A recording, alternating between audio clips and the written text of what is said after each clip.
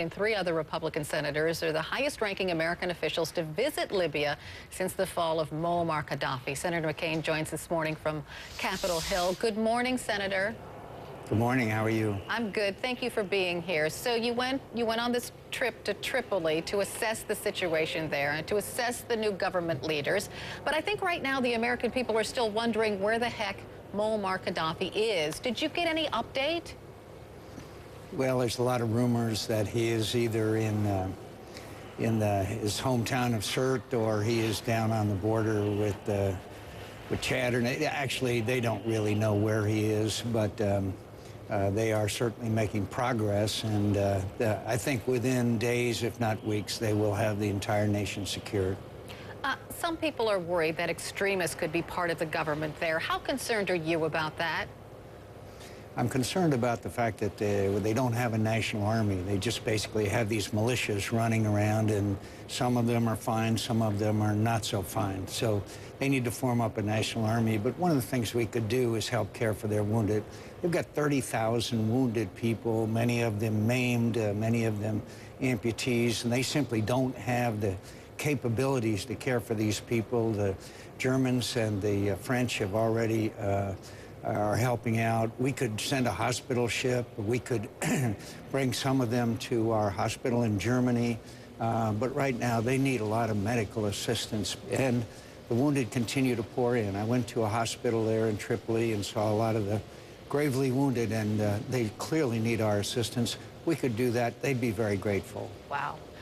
We just got word that Abdul Basit al-Megrahi, suddenly he's awakened from this coma he supposedly has been in, and he said the truth will come out. Of course, this is the convicted Lockerbie bomber responsible for so many deaths, including American deaths.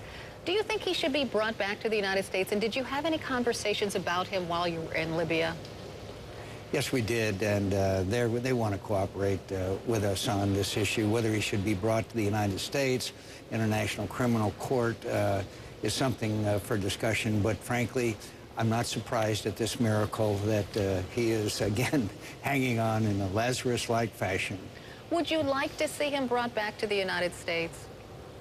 Either there or the International Criminal Court. You know, there were other citizens of other countries who were killed as well. In all candor, this is a black mark on the government of Scotland and the British. The guy never should have been let go. On another subject, al-Qaeda's online preacher Anwar al-Awlaki, a U.S. citizen, was killed by a drone strike in Yemen on Friday. Of course, you know that. Candy Crowley over the weekend asked former Vice President Dick Cheney about that strike, and I'd just like you to listen to what he said and then get your reaction. Here it is. I think it's very effective use of our drone technology.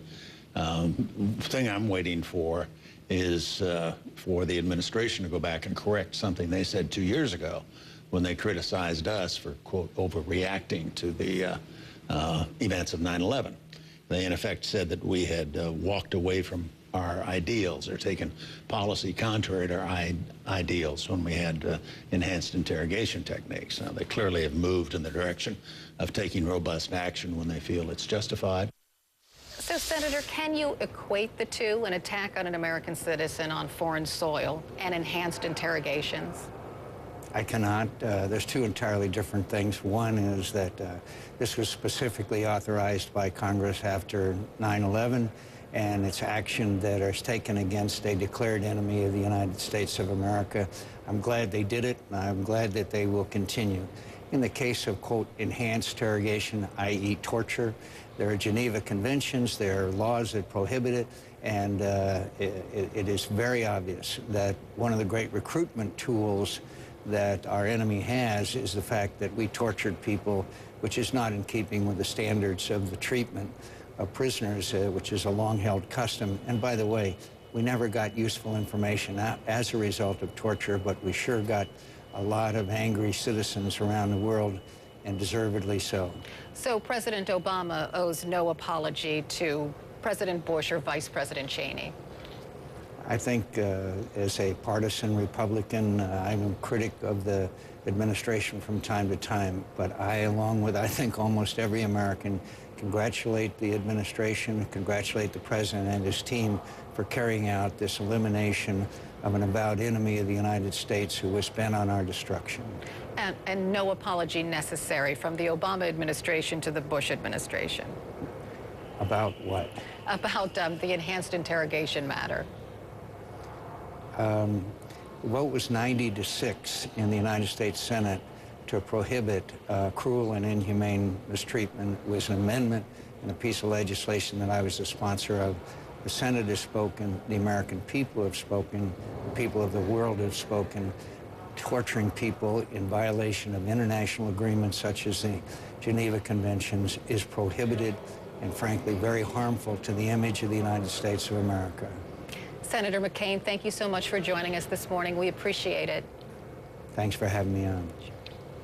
Now's your chance to talk back on one of the big stories of the day. Our question for you this morning: should the United States have targeted